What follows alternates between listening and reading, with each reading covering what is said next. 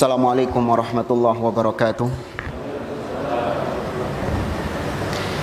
Innal hamdalillah nahmaduhu wa nasta'inuhu wa nastaghfiruh wa na'udzu billahi min shururi anfusina wa min sayyiati a'malina. Man yahdihillahu fala mudilla lahu wa man yudlil fala hadiyalah. Wa asyhadu an la ilaha illallah wahdahu la syarika lahu wa asyhadu anna Muhammadan abduhu wa rasuluh. Ya ayyuhalladzina amanu taqullaha haqqa tuqatih wa la tamutunna illa wa antum muslimun. Ya ayyuhan nasu taqu rabbakumul ladzi khalaqakum min nafsin wahidah wa khalaqa minha zawjaha wa batha minhuma rijalan katsiran wa nisaa'a wattaqullaha alladzi tasaaluna bihi wal arham innallaha kana 'alaikum raqiba. Ya ayyuhalladzina amanu taqullaha wa qulu qawlan sadida yuslih lakum a'malakum wa yaghfir lakum dhunubakum wa man yuti'illaha wa rasulahu faqad faza fawzan 'azima. Amma ba'd, fa inna asdaqal hadithi kitabullah wa khairal hadi hadi Muhammadin sallallahu alaihi wasallam wa syarrul umuri muhdatsatuha wa kullu muhdatsatin bid'ah wa kullu bid'atin dhalalah wa kullu dhalalatin finnar. Ma'asyiral muslimin, ikhwani fillah wa akhwati rahimani wa rahimakumullah. Alhamdulillah, kita patut bersyukur kepada Allah Azza wa Jalla. Di malam hari ini Allah Subhanahu wa taala limpahkan kepada kita nikmat-nikmatnya yang begitu banyak. Kita diberikan nikmat sehat, kita diberikan nikmat usia, dan yang lebih berharga, kita diberikan taufik, hidayah oleh Allah Subhanahu wa taala sehingga kita menjadi hamba-hambanya yang mukmin, berjalan di atas tauhid dan di atas sunnah Nabi sallallahu alaihi wasallam. Karena nikmat terbesar yang pernah Allah berikan kepada hambanya, yaitu manakala Allah Subhanahu wa taala mengenalkan, memahamkan kepada hambanya tentang kalimat tauhid la ilaha illallah, seperti yang diucapkan oleh seorang ulama salaf yang bernama Sufyan ibn Uyainah rahimahullahu taala. Beliau pernah mengatakan, ma an'amallahu ni'matan ala 'abdin min an ayyarifahum la ilaha illallah. Kata beliau, tidak ada nikmat yang pernah Allah berikan kepada hamba-hambanya a'zam, yang lebih besar, yang lebih agung, min an arrafahum la ilaha illallah, daripada nikmat tatkala Allah pahamkan kepada hambanya tentang kalimat la ilaha illallah. Karena dengan kalimat la ilaha illallah itu seorang ibadahnya diterima oleh Allah Subhanahu wa taala. Kalau dia paham la ilaha illallah itu, dia beribadah sesuai dengan apa yang Allah inginkan. Ibadah yang murni hanya untuk Allah Subhanahu wa taala. Kalau dia dipahamkan la ilaha illallah dan dia mengamalkan la ilaha illallah itu dengan baik, maka itu menjadi salah satu hal yang menyebabkan orang tersebut mati dengan kematian husnul khatimah yang didambakan oleh setiap muslim. Yang kata Nabi SAW, man kana akhiru kalamihi la ilaha illallah dakhalal jannah. Barang siapa yang akhir ucapannya la ilaha illallah, maka dia akan masuk surga. Dan tidak ada yang bisa mengakhiri hidupnya dengan kalimat la ilaha illallah melainkan orang-orang yang selama hidupnya dia paham betul kalimat la ilaha illallah, dia mengamalkan betul kalimat la ilaha illallah dalam semua sendi-sendi kehidupannya. Maka diantara upaya kita untuk kita bisa mengakhiri hidup kita dengan la ilaha illallah, yaitu dengan kita belajar apa yang terkandung dari la ilaha illallah, apa yang terkandung dari kalimat tauhid itu.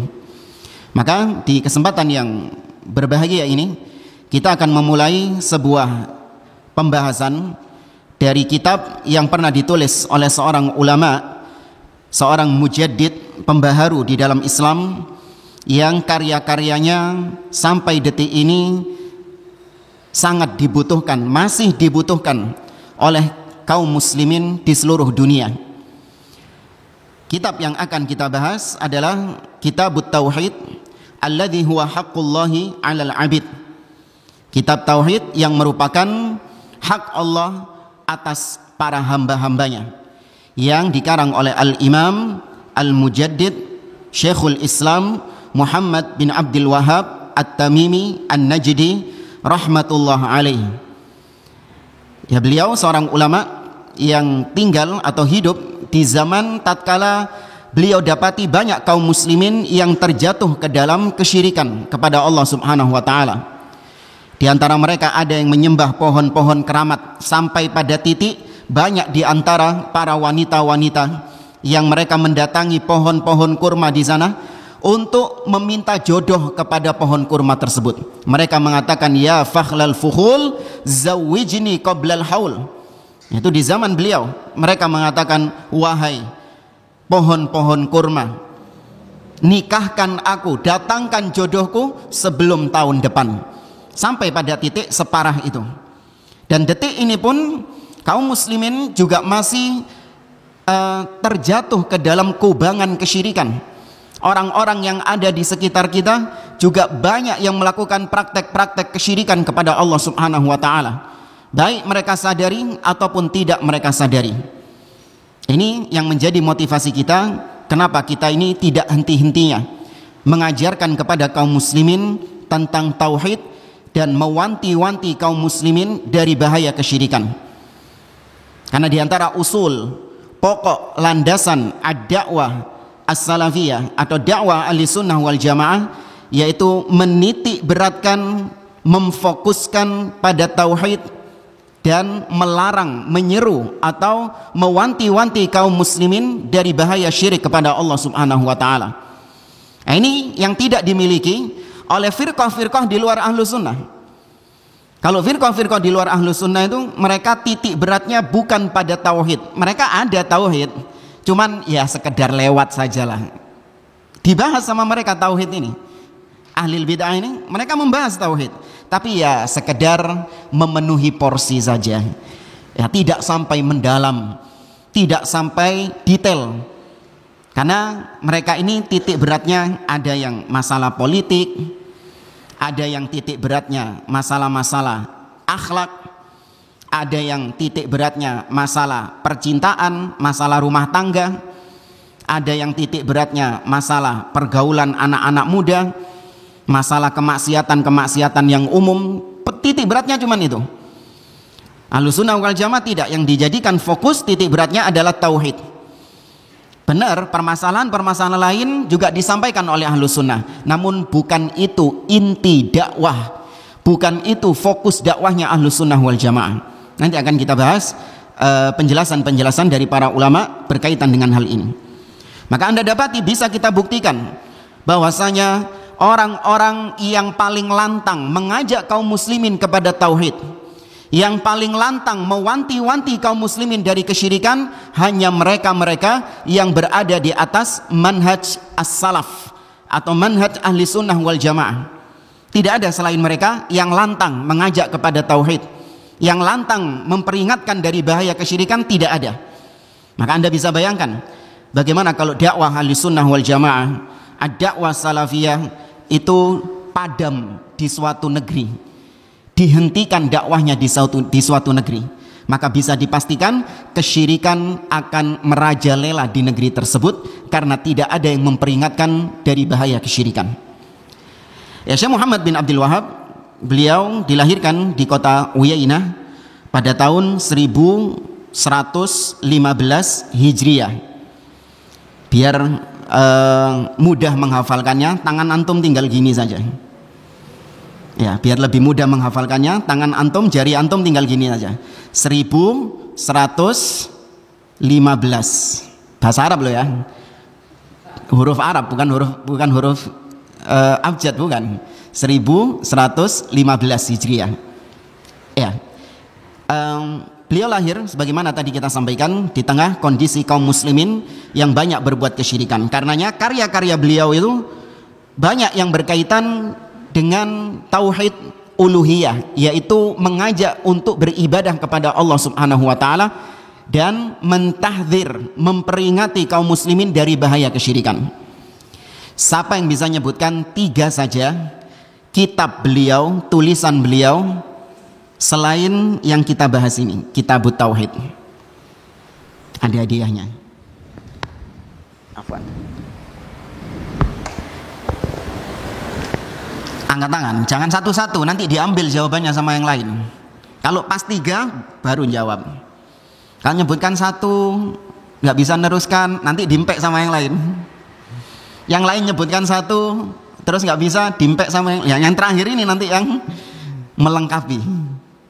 Tapi nggak apa-apa lah, terserah antum lah. Silakan jemaah. Apa selain Kitabut Tauhid, apa lagi? Ya tak korting 2 wis. Tak korting 2. Yang satunya Kitabut Tauhid, yang 2-nya apa? Ini juga familiar, sering dibahas di majelis-majelis. Ya wis, tak kasih bocoran. 3 landasan pokok. Yang bisa akhwatnya ini. Tinggal 1.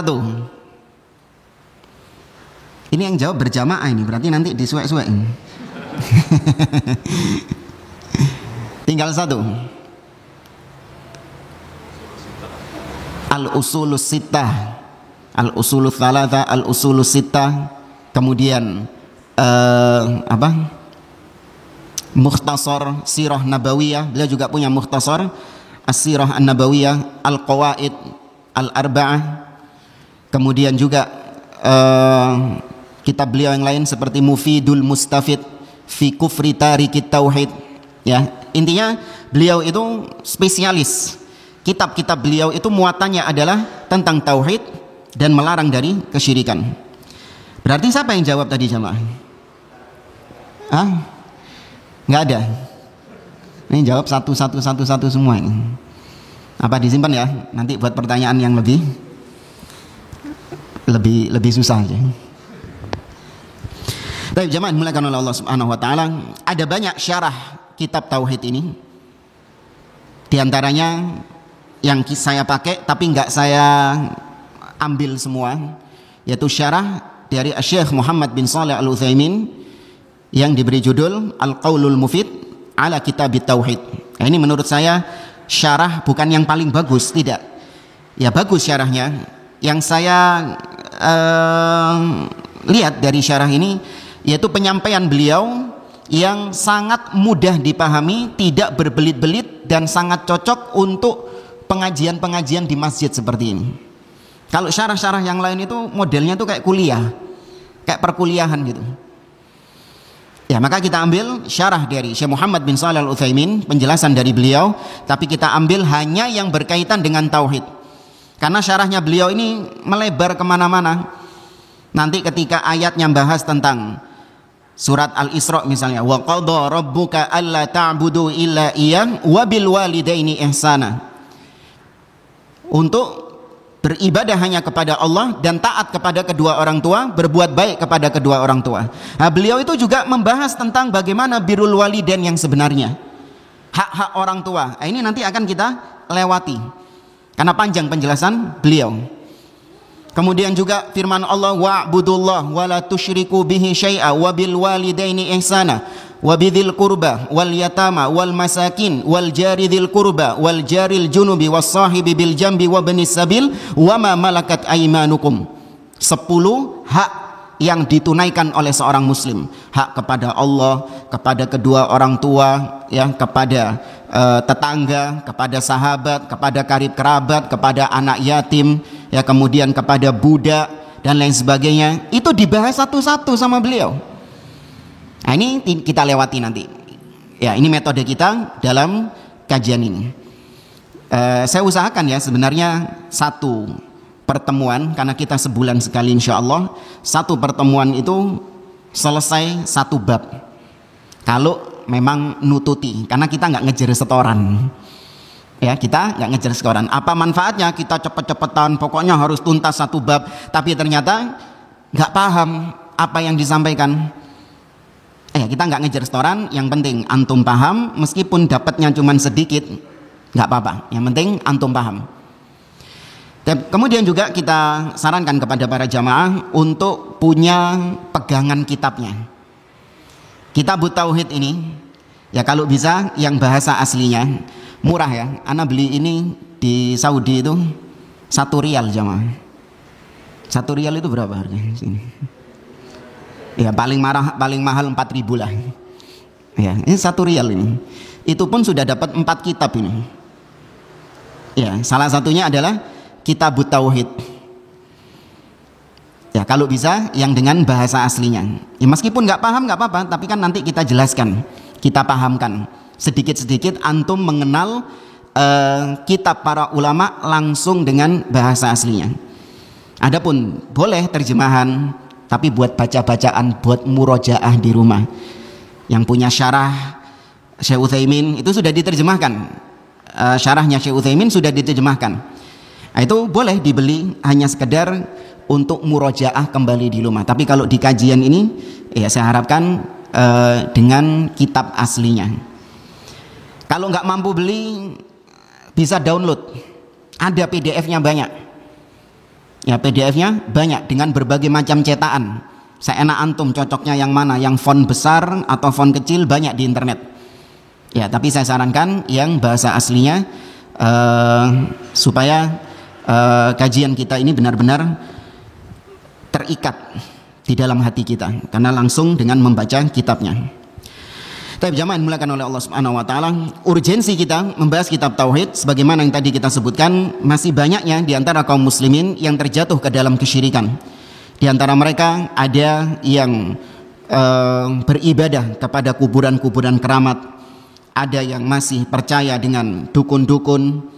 Kalau ditimpa musibah perginya ke dukun, menyembelih sesembelihan, kemudian dipersembahkan kepada jin-jin penunggu untuk menolak bala.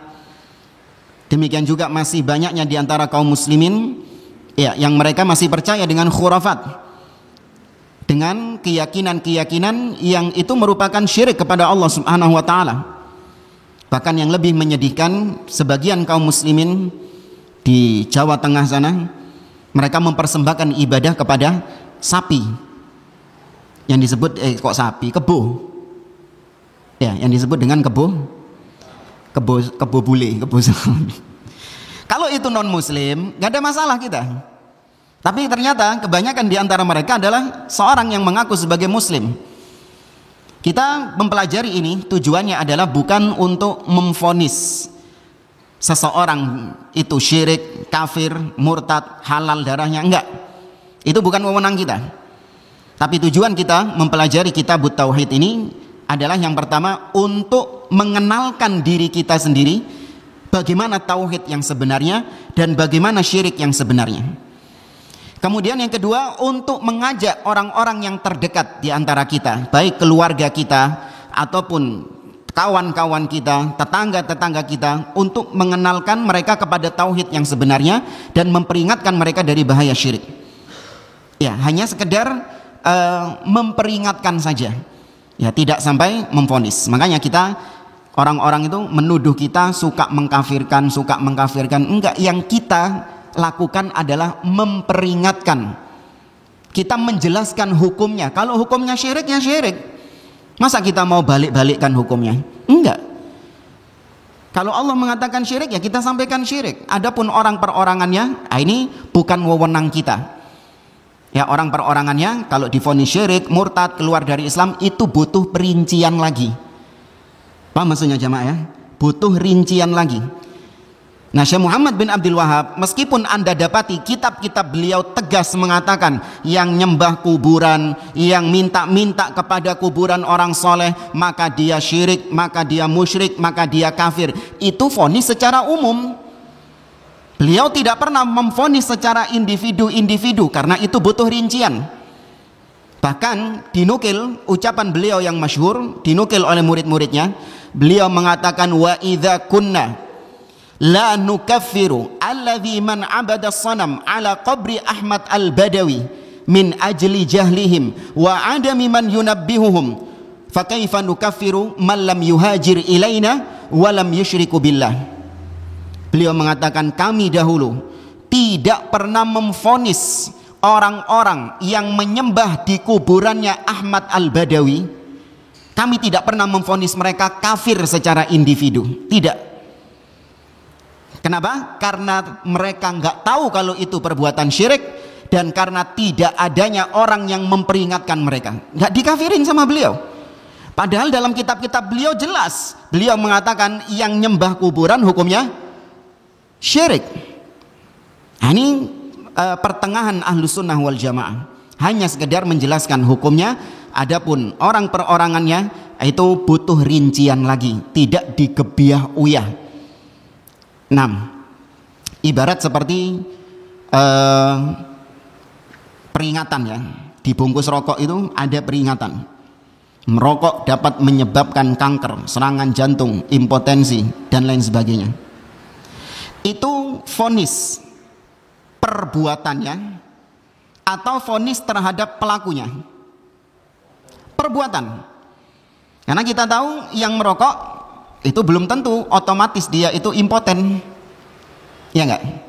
Belum tentu dia impoten, belum tentu dia kanker, belum tentu dia serangan jantung. Cuman kita memperingatkan, perilakumu itu bisa menyebabkan penyakit-penyakit. Nah sama syirik, kita peringatkan, barang siapa yang nyungsep di kuburan, minta-minta kepada kuburan, mengkeramatkan kuburan, pergi ke dukun pakai jimat, itu bisa menyebabkan orang tersebut syirik, dan kalau mati dia masuk ke dalam neraka kekal selama-lamanya. Ini warning, peringatan ya, bukan vonis secara individu.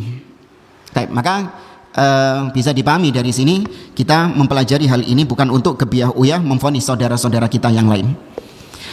Baik, jamaah dimulakan oleh Allah, langsung saja kita masuk ke judul dari kitab ini, yaitu Kitabut Tauhid.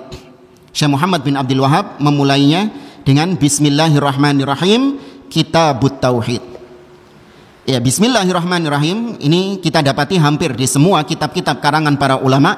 Mereka ketika memulai karangannya, memulai kitabnya itu dengan basmalah, Bismillahirrahmanirrahim. Karena beberapa alasan. Alasan yang pertama adalah mengikuti Allah di dalam Al-Quran. Allah membuka surat-suratnya di dalam Al-Quran semuanya dengan basmalah, kecuali surah Al-Bara'ah atau surah At-Taubah.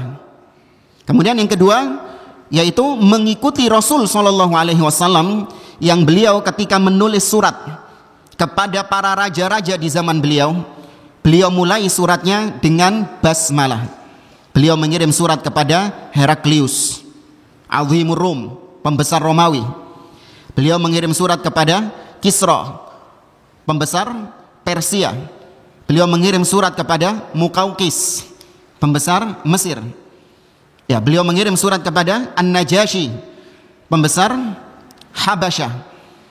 Nah, di situ beliau membubuhkan Bismillahirrahmanirrahim, min Muhammadin Rasulillah ila Hiraql Azimir Rum, salamun ala manittaba'al huda, aslim taslam, dan seterusnya. Ya, beliau mulai dengan Bismillahirrahmanirrahim.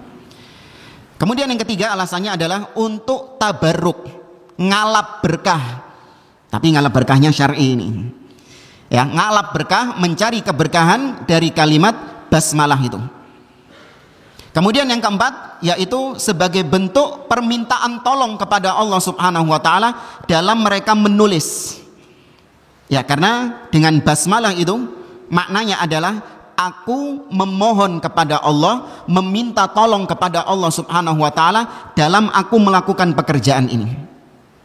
Ya, itu beberapa alasan kenapa para ulama mereka membubuhkan basmalah di setiap awal kitab-kitab mereka.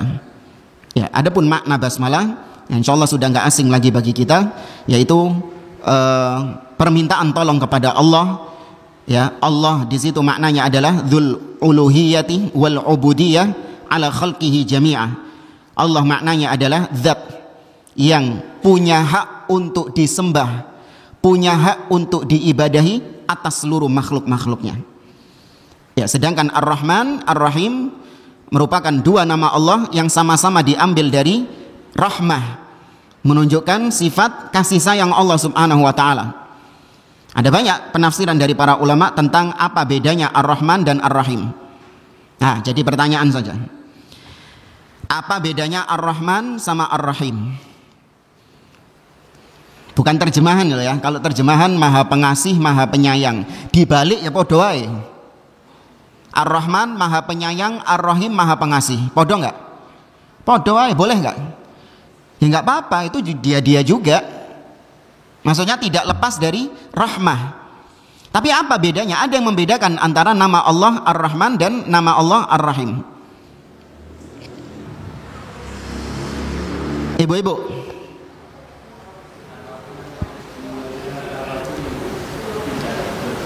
Ar-Rahman untuk seluruh alam, Ar-Rahim untuk seseorang. Sedikit lagi Pak, meh gitu. Ar-Rahman dituliskan untuk orang yang beriman dan nama Rahim untuk seluruh alam. Kebalik antum. Enggak apa-apa, fadhol. Mau yang mana ini? Ini sebenarnya bukan buat hadiah ini, cuman disuruh bagi-bagiin. Cuman tinggal 2 tok. Sudah habis kemarin waktu saya ke Pamekasan itu. Tinggal sisa 2, ya udah tak bikin hadiah. Ya, ini titipan dari guru kami Ustaz Abdurrahman Thayyib hafizallah dan Ustaz Muhammad Alif. Ini 2 karya beliau. Tafadhol. Menyelami samudra kalimat tauhid la ilaha illallah, atau ini manhaj ahlus sunnah wal jamaah kepada ulil amri, kepada pemimpin. Mau yang mana? Ini antum ada PDF-nya ini aja. Ya, ini antum nggak ada PDF-nya loh. Ya. Tafadhol. Nah, barakallahu fiik.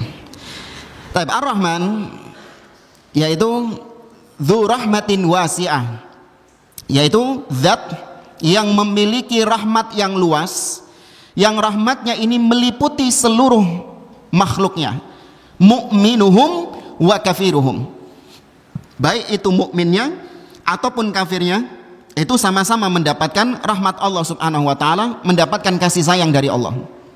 Saya tanya sama antum, orang kafir itu mereka hidup di dunia ini sekarang, mereka dapat kasih sayang nggak dari Allah? Dapat. Kalau nggak dapat nggak hidup mereka. Mereka dapat makan, masih bisa bernafas, dikasih kesehatan, bahkan mereka juga dapat kasih sayang berupa hidayah. Diperkenalkan mereka kepada Islam, cuman nanti mereka mau apa enggak gitu. Yang penting mereka dapat kasih sayang dari Allah. Hewan-hewan, binatang-binatang, semuanya mendapatkan rahmat dari Allah. Adapun Ar-Rahim maknanya dzu rahmatin khassah, yaitu zat yang memiliki rahmat secara khusus, yaitu di akhirat hanya orang mukmin yang diberikan rahmat untuk bisa selamat dari neraka. Adapun orang-orang kafir tidak diberi rahmat oleh Allah Subhanahu wa taala di akhirat. Ya, tidak diberi rahmat, tidak diberi kasih sayang oleh Allah di akhirat kelak. Ya, ini di antara tafsiran para ulama tentang Ar-Rahman dan Ar-Rahim. Ada banyak tafsiran-tafsiran yang lain.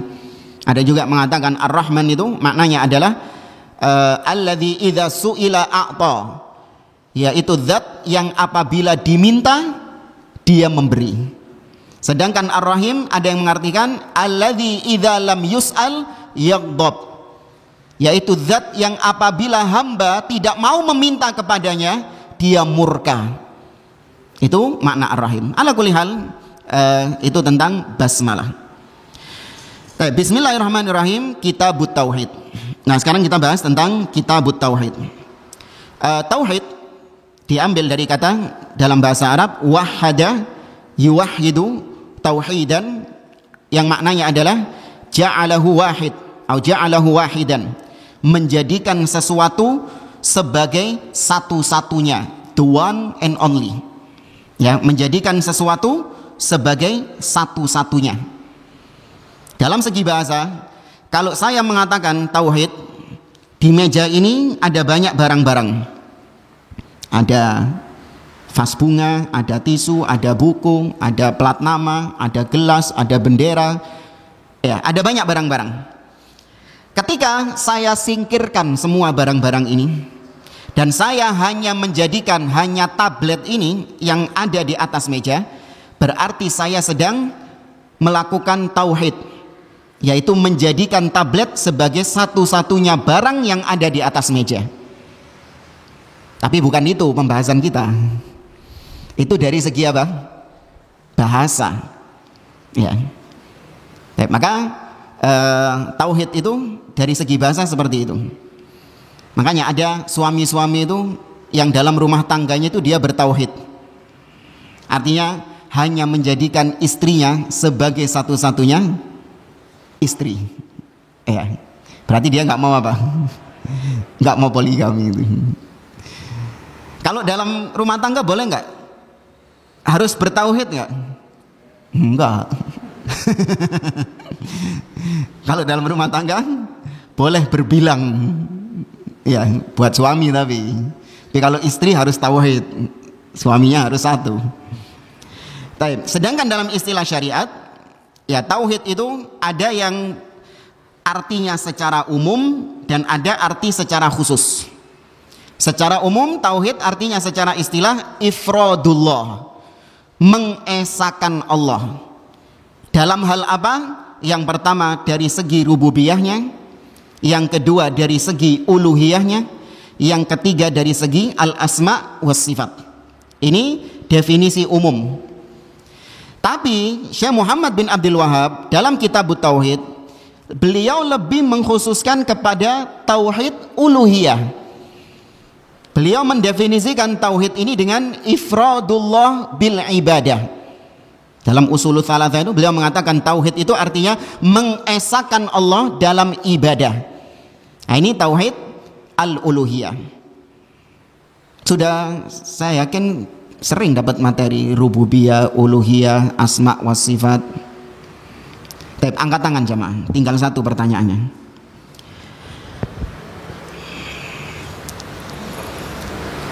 Angkat tangan dulu baru tak kasih pertanyaan. Nggak apa-apa, salah nggak apa-apa. Wallahu a'lam, gitu aja. Selesai. Iya kan, kalau ditanya nggak tahu cukup wallahu a'lam, daripada nanti jawabnya ngawur. Iya. Oh ya belum ya pertanyaannya. Jelaskan secara ringkas apa itu rububiyah, uluhiyah, dan asma wa sifat. Secara ringkas saja. Dalam penciptaan dan kekuasaan. Naam, yang uluhiyah dalam ibadah, dan yang ketiga asma wa sifat dalam hal sifat Allah tak, nama-nama dan sifat-sifat Allah Subhanahu wa taala. Naam. Ya, tauhid rububiyah itu diambil dari kata-kata Rabb. Rabb dalam bahasa Arab itu ada 3 maknanya. Yang pertama al-khalqu, pencipta, penciptaan. Rabb juga bisa bermakna al-mulku, kekuasaan, kepemilikan. Yang ketiga at-tadbir, yaitu pengaturan. Sehingga ketika disebutkan Rabb, maka mencakup 3 hal ini: penciptaan, pemilikan, dan pengaturan. Ya. Maka seorang ketika dia meyakini bahwa Allah itu satu-satunya Rabb, maka berarti dia mentauhidkan Allah dari rububiyahnya, bahwa tidak ada yang menciptakan selain Allah, tidak ada yang memiliki selain Allah, dan tidak ada yang mengatur selain Allah Subhanahu wa taala. Dan tauhid rububiyah ini bukan inti dari la ilaha illallah. Ya, tauhid rububiyah ini bukan inti dari la ilaha illallah. Kenapa? Karena orang-orang musyrikin Quraisy, mereka juga mengimani tauhid rububiyah ini. Mereka juga mengimani Allah satu-satunya pencipta, Allah satu-satunya pemilik, Allah satu-satunya pengatur. Abu Jahal CS dan kawan-kawan, mereka mengimani tauhid yang satu ini. Tapi itu tidak menjadikan mereka muslim. Mereka tetap musyrik, mereka tetap kafir. Sehingga nggak cukup antum hanya berkeyakinan saya meyakini Allah pencipta, saya meyakini Allah sebagai pemilik, saya meyakini Allah sebagai pengatur alam semesta. Berarti saya bertauhid? Oh durung mas, belum. Kalau kau cuman modal kayak gitu, Abu Jahal CS juga sama seperti anda. Allah mengatakan misalnya dalam banyak ayat, wala in sa'altahum man khalaqas samawati wal arda la yaqulunna Allah. Apabila kau bertanya kepada mereka, yaitu kepada orang-orang musyrikin, siapa yang menciptakan langit dan bumi? Tauhid apa ini? Rububiyah. Siapa yang menciptakan langit dan bumi? Fasayaqulunna Allah. La yaqulunna Allah. Pasti mereka akan menjawab Allah. Mereka yakin Lata, Uzza, berhala-berhala ini itu bukan yang menciptakan, bukan yang ngasih rizki, bukan yang mengatur, bukan yang memiliki, bukan. Tapi mereka hanya sekedar sarana untuk beribadah kepada Allah Subhanahu wa taala. Berhala-berhala itu cuma sekedar sarana untuk beribadah kepada Allah, tapi mereka tetap meyakini berhala tidak menciptakan, berhala tidak ngasih rizki, berhala tidak memiliki, berhala tidak mengatur alam semesta. Tidak, Allah Subhanahu wa taala. Allah juga berfirman dalam surah Yunus, kata Allah, qul man yarzuqukum minas sama'i wal ard amma yamliku sam'a wal absar wa man yukhrijul hayya minal mayyit wa yukhrijul mayyita minal hayy wa man yudabbirul amra fasayaquluna Allah faqul afala tattaqun. Kata Allah, katakan wahai Muhammad, tanyakan kepada orang-orang musyrikin Quraisy. 4 pertanyaan di dalam ayat ini, yang kalau ditanyakan 4 pertanyaan ini, dan 4-4-nya itu semuanya berkaitan dengan tauhid rububiyah. Kalau ditanyakan ini kepada mereka, mereka menjawab Allah. Apa itu? Siapa yang ngasih kalian rizki dari langit dan bumi? Meyakini Allah sebagai satu-satunya pemberi rizki, itu masuk dalam cakupan tauhid rububiyah. Siapa yang memiliki pendengaran dan penglihatan? Artinya kalian bisa melihat, bisa mendengar. Siapa yang bisa menjadikan seperti itu? Penciptaan, tauhid rububiyah. Siapa yang menghidupkan yang mati dan mematikan yang hidup? Tauhid rububiyah juga. Dan siapa yang mengatur segala urusan? Tauhid rububiyah lagi. 4 pertanyaan ini kalau ditanyakan kepada mereka, dijawab sendiri sama Allah. Fasayaqulunallah. Pasti mereka menjawab Allah. Ditanya-tanya sendiri, Allah sendiri yang menjawab. Pasti mereka akan mengatakan Allah Subhanahu wa taala. Nah, kemudian timbul masalah Rob yang tadi kita katakan mencakup 3 aspek, yaitu penciptaan, pemilikan, dan pengaturan. Bagaimana jadinya kalau ada seorang yang meyakini ada yang menciptakan selain Allah? Seperti misalnya Anda kalau ditanya, siapa pencipta lampu? Siapa jamaah? Dulu zaman SD dulu kita belajar, Thomas Alva Edison. Siapa pencipta telepon? Alexander Graham Bell. Baik, apakah ketika kita mengatakan demikian kita jatuh ke dalam syirik rububiyah? Kan tadi tauhid rububiyah hanya meyakini Allah sebagai pencipta. Nah, ini gimana ini? Ada yang mengatakan Thomas Alva Edison pencipta lampu, Alexander Graham Bell pencipta telepon. Terus syirik nggak kita? Jamaah, syirik nggak? Kalau enggak, kenapa kok dikatakan enggak syirik? Gimana? Penemu, naam. Ibu-ibunya yang lebih aktif ini. Mereka itu pencipta, tapi artinya pencipta itu dalam bahasa kita penemu. Kalau pencipta yang hakiki, yang sebenarnya, dan itu hanya Allah Subhanahu wa taala, yaitu menciptakan dari sesuatu yang tidak ada menjadi ada. Itu kan sama ya, dulu kan nggak ada lampu kan, kemudian diadakan sama Thomas Alva Edison. Nah berarti pencipta juga? Bukan. Dia itu cuma sekedar menyusun saja. Bahan-bahannya sudah ada. Tapi kalau Allah Subhanahu wa taala sama sekali nggak ada. Kemudian diadakan sama Allah Subhanahu wa taala. Dari yang tidak ada menjadi ada. Tapi kalau lampu, telepon sudah ada, cuman bentuknya masih belum lampu, masih belum telepon. Baru kemudian disusun sama dia menjadi lampu dan telepon. Tapi kalau Allah tidak, memang benar-benar nggak ada. Allah mengatakan misalnya dalam surah Maryam kepada Zakaria, qala kadzalika qala rabbuka huwa alayya hayyin wa qad khalaqtuka min qablu wa lam taku syai'a. Demikianlah kau diciptakan wahai Zakaria, sebelumnya engkau itu tidak ada, kau belum menjadi apa-apa, nggak ada sama sekali, orang tuamu bahkan belum ada, tapi Allah kemudian mengadakan kau. Adzan nih? Iya, belum, sudah. Ya silakan dikumandangkan adzan. Setelah itu kita lanjutkan sejenak sebelum salat isya. Alhamdulillah wassalatu wassalamu ala rasulillah wa ala alihi wa sahbihi wa man wala wa ba'd. Ya, kita lanjutkan sebelum kita melaksanakan salat isya, kita lanjutkan sejenak. Tadi kita sebutkan Rabb maknanya adalah al-khalq, yaitu yang menciptakan.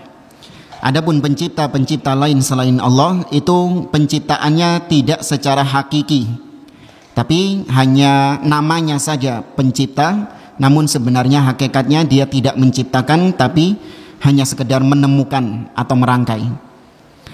Kemudian yang berikutnya adalah al-mulk, kepemilikan.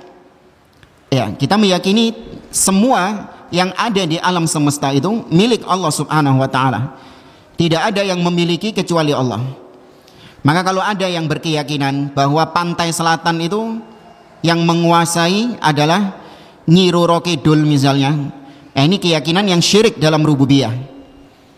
Atau misalnya suatu tempat tertentu itu dikuasai sama jin, sehingga kalau kita ingin menempati tempat tersebut kita harus minta izin sama jinnya dengan kita beribadah kepada jin tersebut, entah memberikan sesembelihan kepada jin itu atau ngasih sajen kepada jin tersebut. Ya, ini berarti kita meyakini bahwa jin itu selain Allah ada yang memiliki kepemilikan, saham kepemilikan di alam semesta ini. Nah, itu nggak boleh. Hanya Allah satu-satunya pemilik. Qulillahumma malikal mulk tu'til mulka man tasha wa tanzi'ul mulka mimman tasha wa tu'izzu man tasha wa tudhillu man tasha biyadikal khair innaka ala kulli syai'in qadir. Katakanlah Allah itu malikal mulk, rajanya kerajaan, ya, pemilik seluruh kerajaan yang ada. Kepemilikan yang ada hanya milik Allah. Nah, sama seperti tadi, gimana hukumnya kalau kita meyakini bahwa ada yang memiliki selain Allah? Seperti misalnya kita pemilik rumah, ada SHM, surat hak milik, kita yang memiliki rumah ini, syirik nggak?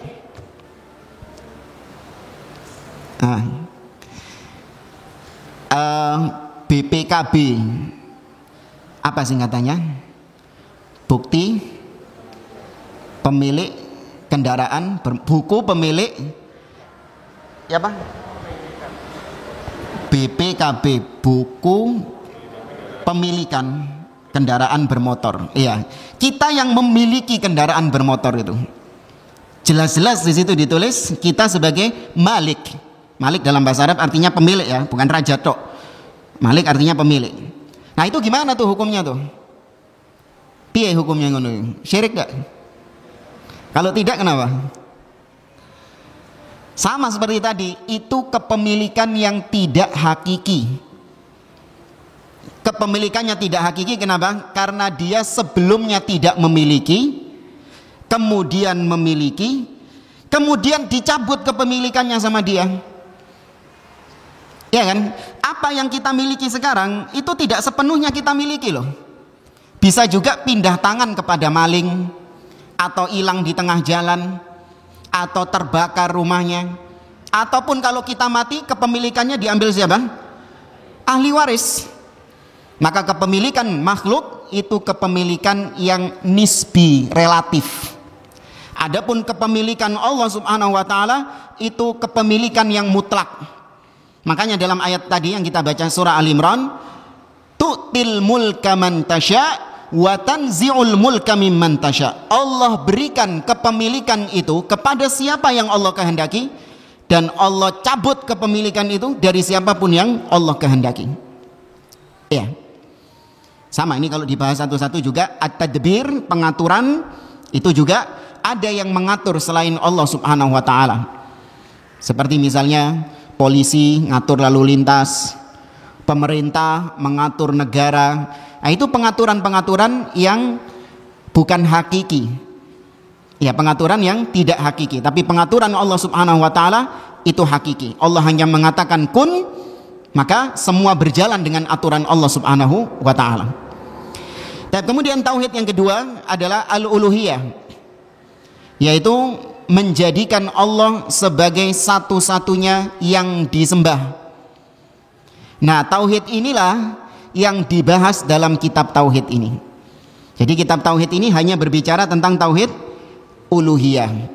Meskipun nanti ya nyinggung-nyinggung titik tentang rububiyah, nyinggung-nyinggung titik tentang asma wa sifat, tapi yang titik beratkan adalah uluhiyah, menyembah hanya kepada Allah Subhanahu wa taala. Selain Allah itu sesembahan yang batil, enggak layak untuk disembah. Allah mengatakan dzalika bi annallaha huwal haq wa anna ma yad'una min dunihil batil. Yang demikian itu karena Allah lah satu-satunya sesembahan yang hak.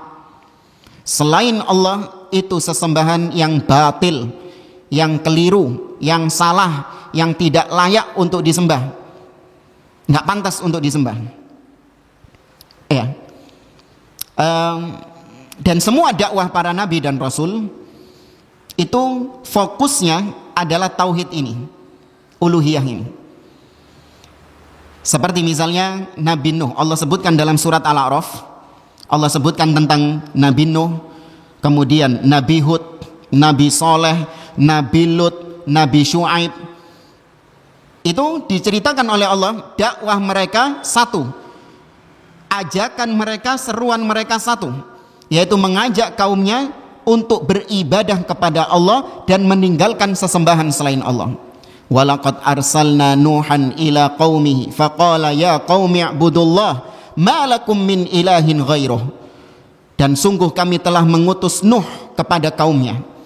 Maka Nuh mengatakan kepada kaumnya, u'budullah, sembahlah Allah. Kalian tidak punya sesembahan lain selain Dia. Tauhid apa? Uluhiyah. Uluhiyah itu dari kata ilah. Kalau rububiyah dari kata Rabb, uluhiyah dari kata ilah. Ilah artinya al-ma'bud, yang disembah, bukan pencipta, awas. Makanya jangan mengartikan la ilaha illallah dengan tidak ada Tuhan selain Allah, salah. Tidak ada Tuhan selain Allah itu harusnya bahasa Arabnya la rabba illallah. Nah, itu baru benar, tidak ada Tuhan selain Allah. Nah, kita dituntut untuk mengucapkan yang mana? La rabba atau la ilaha? La ilaha berarti maknanya tidak ada yang berhak disembah kecuali Allah Subhanahu wa taala. Ada sesembahan-sesembahan lain, orang Nasoro punya sesembahan, orang Hindu punya sesembahan, orang Buddha punya sesembahan, bahkan ateis juga punya sesembahan. Apa sesembahannya orang ateis? Akalnya, hawa nafsunya. Ya, tidak ada seorang pun di atas muka bumi ini kecuali pasti dia punya sesembahan. Bahkan yang mengaku nggak bertuhan, ada Tuhannya dia. Ya, hawa nafsunya itu, akalnya itu yang dijadikan sebagai sesembahannya. Afara'aita man ittakhadha ilahahu hawahu, kata Allah.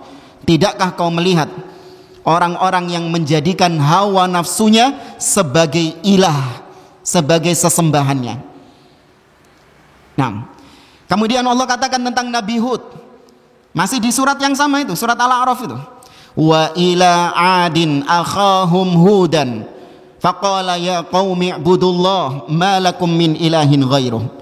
Dan kepada kaum Ad kami utus saudara mereka, yaitu Nabi Hud. Maka Nabi Hud mengatakan, wahai kaumku, sembahlah Allah, kalian gak punya sesembahan lain selain Dia. Ayat setelahnya, wa ila thamuda akhahum salihah qala ya qaumi ibudullah ma lakum min ilahin ghairuh. Dan kepada kaum Thamud, kaumnya Nabi Saleh, maka Nabi Saleh mengatakan kepada mereka, sembahlah Allah, kalian gak punya sesembahan lain selain Allah. Nabi Syu'aib juga demikian. Wa ila madyan akhahum syu'aiban qala ya qaumi ibudullah ma lakum min ilahin ghairuh. Loh, ini nabi-nabi ini beda zaman loh Pak. Beda zaman, beda wilayah, tapi kok bisa mereka itu janjian untuk sama-sama mendakwakan la ilaha illallah, mengajak kaumnya untuk mengesahkan Allah dalam beribadah. Tidak lain tidak bukan karena memang itu wahyu Allah subhanahu wa ta'ala, diperintahkan oleh Allah untuk menitik beratkan tauhid ini, ya, untuk menitik beratkan masalah uluhiyah ini. Padahal problematikanya beda-beda loh para nabi itu. Ngadepin kaumnya ini beda-beda problematikanya. Kaum Madian itu problematikanya mereka itu masalah ekonomi, suka ngurangi timbangan. Tapi tetap dakwahnya Nabi Syu'aib apa? Tauhid. Kaumnya Nabi Lut problematikanya apa? Penyimpangan seksual. Tetap Nabi Lut ngajaknya apa? Tauhid. Kaum Ad, kaum Samud, yang mana mereka sombong, merasa paling kuat di atas muka bumi ini, tetap mereka nabinya, dakwah mereka adalah tauhid. Maka dari situ diambil kesimpulan oleh para ulama, apapun problematika umat, tetap dakwah tauhid ini nggak boleh dijadikan nomor 2, tetap nomor 1. Beda sama dakwahnya ahlil bid'ah. Kalau ahlil bid'ah ini sesuai dengan perkembangan zaman. Oh, ini lagi rame LGBT, terus yang dibahas ini LGBT. Tauhidnya nomor 2, bahkan nomor sekian sudah ditinggal sama dia. Oh, ini lagi masalah tahun-tahun politik pemilu, terus yang dibahas sama mereka adalah politik. Tauhidnya kapan? Engkau CI. Nggak gitu dakwah. Tidak ada satupun nabi yang memfokuskan pada politik, nggak ada. Kalau ada kasih tahu saya Pak. Nabi yang fokusnya politik, meraih kekuasaan. Saya kasih hadiah sama saya. Mobil di luar ini. Nggak ada Pak. Nabi Musa dakwahnya kepada Fir'aun. Fir'aun diajak untuk apa? Menyembah Allah subhanahu wa ta'ala. Nggak ada Nabi Musa itu pingin untuk melengsarkan Fir'aun, kemudian dia yang jadi penguasa, nggak ada. Bahkan Nabi kita Muhammad SAW ketika di Mekah, beliau ditawari jadi raja Mekah oleh orang-orang musyrikin Quraisy, oleh Utbah bin Rabi'ah, salah satu tokoh Quraisy.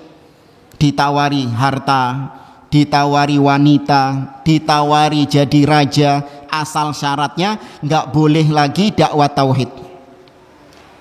Kalau memang kekuasaan itu adalah hal yang prioritas, harusnya diterima sama Nabi.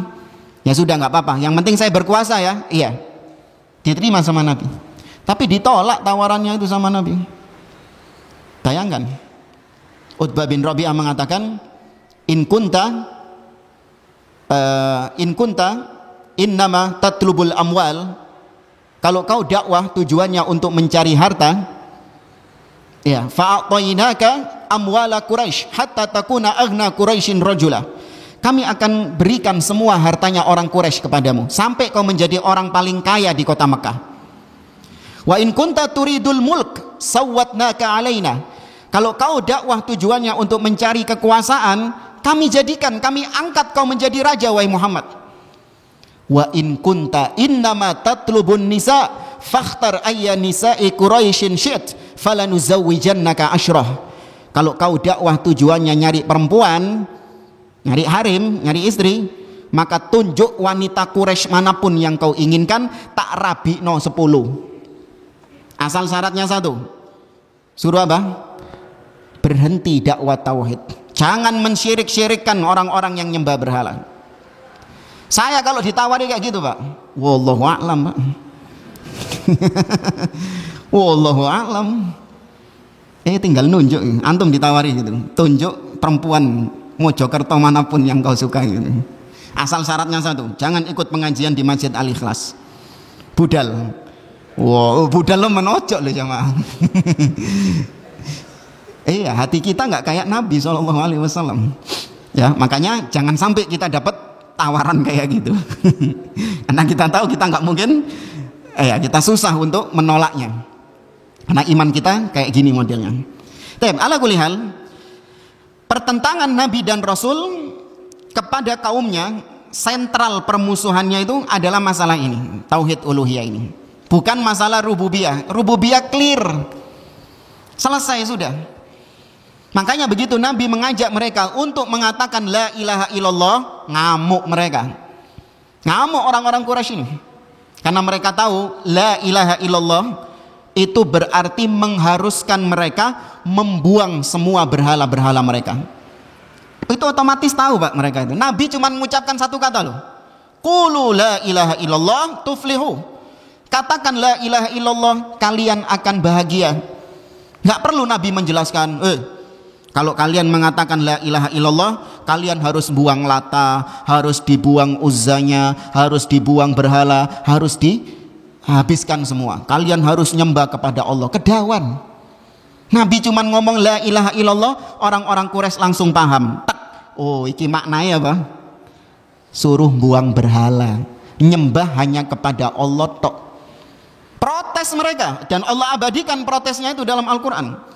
Aja'alal alihata ilahan wahida inna hadza la syai'un ujab. Apakah Muhammad ini ingin menjadikan sesembahan-sesembahan yang banyak ini menjadi satu sesembahan saja, yaitu nyembah Allah tok ngono? Ini sesuatu yang aneh, ajaib. Kenapa? Karena kita turun temurun ya sudah gini ajarannya itu, nyembah banyak sesembahan. Ya, itu memang dari dulu sentral permusuhannya. Kalau sudah berhadapan dengan adat istiadat, tradisi, itu sampai titik darah penghabisan, meskipun salah tetap dibela mati-matian bagi sebagian kaum. Karena apa? Dzauq, sense mereka itu sudah berubah dari aslinya. Ibarat seperti sebuah kisah. Ini sebelum kita tutup ya. Oh, belum asma wa sifat ya. Gampang wis di pertemuan depan. Ada sebuah kampung, desa gitu. Desa ini tidak punya sumber mata air. Nggak ada, kering kerontang. Orang-orang nyari sumber mata air ini, sumber mata air ini, nggak ada. Tiba-tiba ada yang menemukan sumber mata air, tapi airnya keruh. Airnya bau. Warnanya butek. Tapi ya mau gimana lagi, mereka butuh air juga. Mau nggak mau mereka akhirnya pakai air itu untuk minum, untuk mandi, untuk segala keperluannya. Air yang butek, ya rasanya nggak enak, rasanya pahit, itu sudah mereka pakai. Bertahun-tahun dari generasi ke generasi mereka pakai air yang butek itu. Tiba-tiba ada seseorang yang menemukan air yang jernih. Ada yang menemukan air yang jernih. Ditawarkan kepada mereka, ini loh air yang jernih, enak rasanya, seger, nggak butek, nggak bau. Suatu kaum yang sudah terbiasa dengan air keruh, mereka nggak akan mau seketika minum air yang jernih itu, jamaah. Nggak akan mau mereka. Kenapa? Karena ini sudah tradisi, ini warisan nenek moyang, sudah berabad-abad. Nenek-nenek moyang kami minumnya ya air butek ini. Apa itu airmu itu? Gak seneng mereka. Ini sudah sense dzauqnya sudah rusak, sudah terbalik. Ya, makanya hanya hidayah yang bisa membalikkan mereka kembali kepada tauhid. Tauhid asma wa sifat itu sebenarnya simpel ya.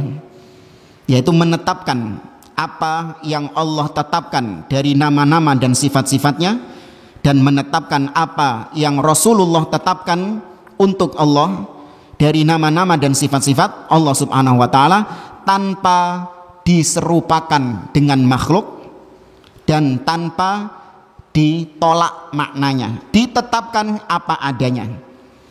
Allah mengabarkan kalau Dia mendengar, maka kita tetapkan Allah mendengar, cukup.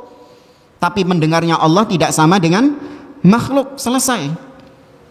Dan tidak boleh ditanyakan bagaimana mendengarnya Allah itu. Nggak boleh ditanyakan, nggak boleh dibayang-bayangkan. Oh berarti punya telinga, terus ada gendang telinganya ini. Enggak. Itu bukan metode Ahlus Sunnah dalam menetapkan nama dan sifat Allah Subhanahu wa taala. Sebenarnya simpel gitu tok. Tapi yang bikin ribet dalam pembahasan asma wa sifat yaitu karena munculnya ahlil bid'ah, Mu'tazilah, Jahmiyah, Asy'ariyah, Maturidiyah dan yang lainnya yang mulai mengobok-ngobok sifat Allah, mulai dibenturkan dengan akal. Oh kalau Allah di atas itu, waduh gimana nanti kalau misalnya kita di kutub selatan? Kalau kita di kutub utara, Allah di atas itu berarti ke sini. Terus kalau kita di kutub selatan, berarti kalau kita nunjuk Allah ke atas, berarti Allah di... Nah itu pakai akal itu dibenturan gitu. Padahal nggak ada Ahlus Sunnah bahas sampai seperti itu, enggak. Tetapkan sudah apa adanya.